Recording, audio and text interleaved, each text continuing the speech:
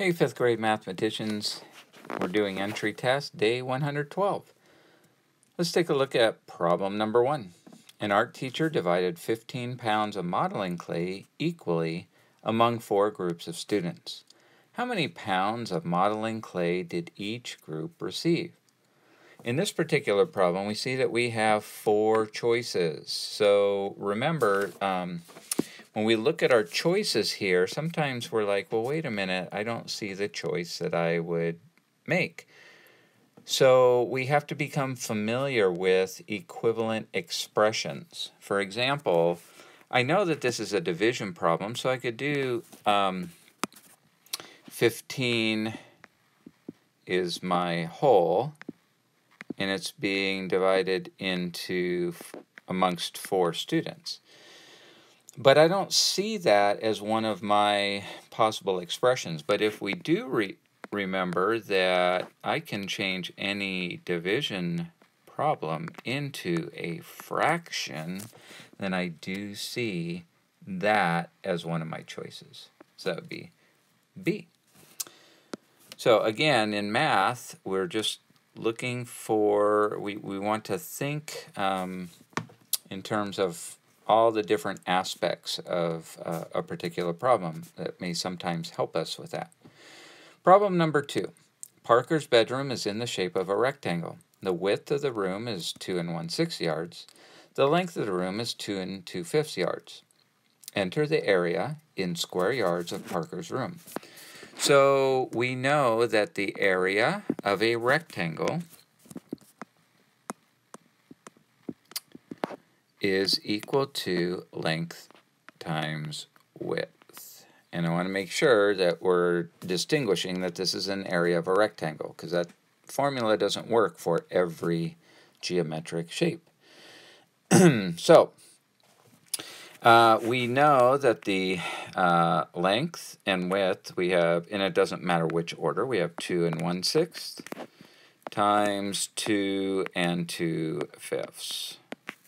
Okay, so in this particular problem, today I'm going to solve this by making both of these mixed numbers into improper fractions. So I'm going to do that by, that's a multiplication symbol. I'm going to multiply the numerator,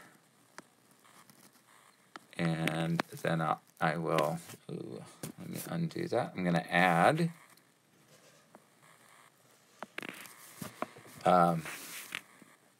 I'm gonna multiply the denominator times the whole number and then add the numerator to it. So we have 6 times 2 is 12 plus 1 is 13. And our denominator is 6. So we have 13/6, and we're going to do the same with 2 2/5. So I'm going to multiply. 2 times 5 is 10 plus 2. We have 12/5. Okay, so 13 times 12 divided by 6 times 5. Now, if I multiply that out, I'm going to have some bigger numbers, but I'm going to do some cross-canceling here because I can. 6 goes into 6 one time, and 6 goes into 12 two times.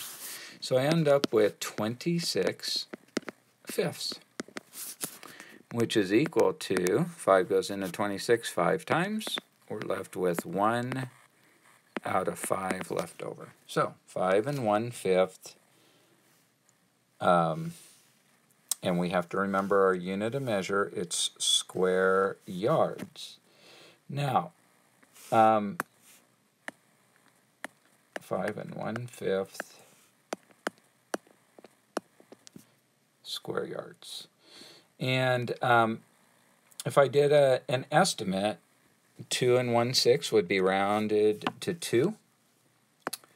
And so would 2 2/5. So we'd have approximately 2 times 2, which is 4. And 4 is close to 5 1/5. Okay, problem number 3. And I'm going to get rid of my scratch pad there. For problem number 3, it says the layers of a rectangular prism are shown to the right of the prism. Enter the volume in cubic centimeters of the rectangular prism. So remember that volume of a rectangular prism is length times width times height, or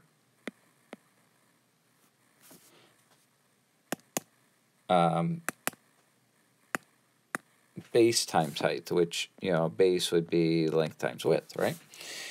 So in this case, I have a length and width of a 3 and 4. Okay, so I'm going to go 3 times 4, which is 12. That's my base. That's what each layer is made up of, 12 cubes. Oh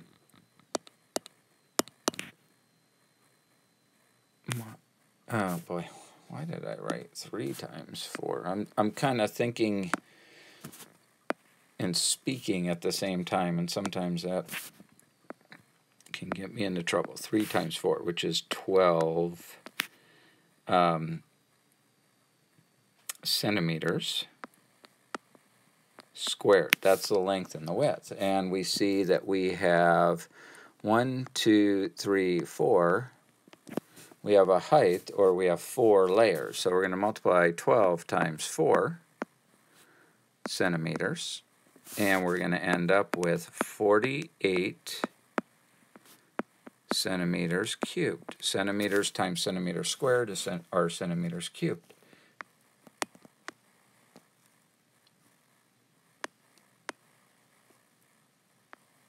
And there we have it. Okay, for problem number 4, plot each point on the coordinate plane. Remember, we start at the origin, we will go over and then up. So the x-axis is horizontal and the y-axis is vertical. So we're going to start at 0 and we're going to move 0 and up 5. That's point A. For point B, plot the point 5, 3. So we're going to go over 5 and up 3. And that's B. And then C, we're going to go over 9 and up 0. So we're just going to be right on the x-axis. And there you have it. So 5th graders, go ahead and be sure to reach out to your teacher if you have any questions about any solution to these problems.